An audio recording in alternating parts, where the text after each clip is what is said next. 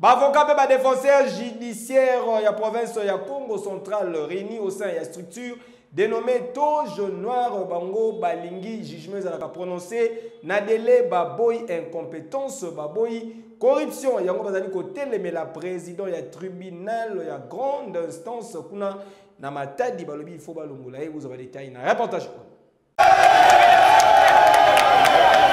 Bazali kosepela te po bi ekoti na match ya football kasi bazali na nganzi ya mabe veut dire kanda ya kosakana te tozali awa na province ya Congo central esika wapi plus d'une centaine ya bavoka pe ba défenseur judiciaire ya Congo central oyo basangani na kati ya structure Toge Noir bango bakutanaki pona ko marcher pacifiquement na banzela ya ville portuaire ya Matadi lobi eleki. Plus précisément, mokolo ya lundi 28 février 2022, po nakosenga na président ya conseil supérieur ya magistrature alongola président ya tribunal de grandes instances ya Matadi na province ya Congo central. Bavoka oyo pe ba défenseur judiciaire bazali ko reprocher président ya tribunal ya grandes instances ya Matadi Pironsar Bonyeme Bongwasa incompétence pe comportement moko lokola ya corruption excès des ailes pe manque ya respect ya délai pour na ko prononcer ba jugement yoke lokola.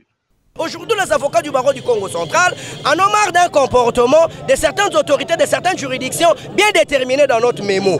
On l'a dit, on a écrit plus d'une fois, ça continue. Voilà, on a annoncé aux autorités qu'aujourd'hui, on devait organiser une journée sans toge pour marcher et revendiquer ce droit-là. Demander que nous avons besoin d'une bonne justice, avec de bonnes personnes, avec une capacité nette de bien rendre la justice.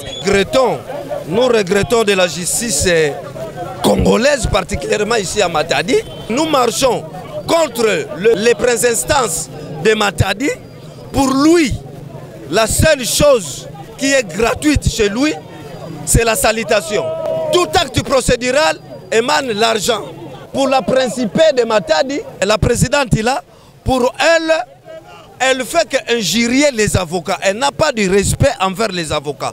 Kasi sengeli boye bake déjà na lieu ya rassemblement na cour d'appel ya Matadi, bavoka bazalaki empêché pour na kokota na kati ya palais de justice ya province ya Congo central na belement ya la police oyo batalisi ke bazwaki ordre oyo uti epa ya bakonzi ya likolo bolanda. Prends les images, Juste...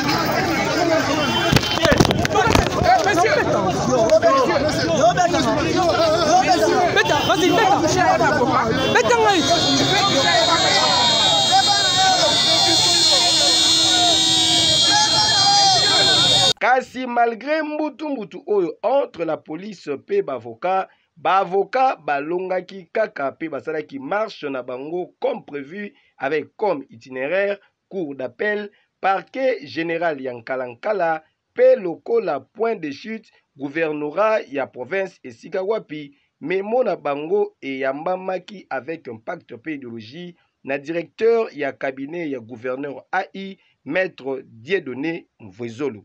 Dossier à suivre.